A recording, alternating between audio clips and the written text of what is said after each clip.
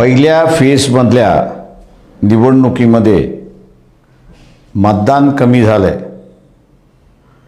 मी सर्व तमाम शाहू फुले आंबेडकरी मतदाराला आवाहन करतोय, संविधान वाचवायचं आहे, स्वतःला सत्तेचा सहभाग घेऊन घ्यायचा आहे, निवडून येणं हे महत्त्वाचं आहे।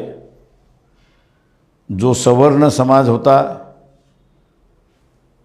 BJPला मतदान करत होता, त्याची निराशा झाली आणि म्हणून तो मतदान करत नाही।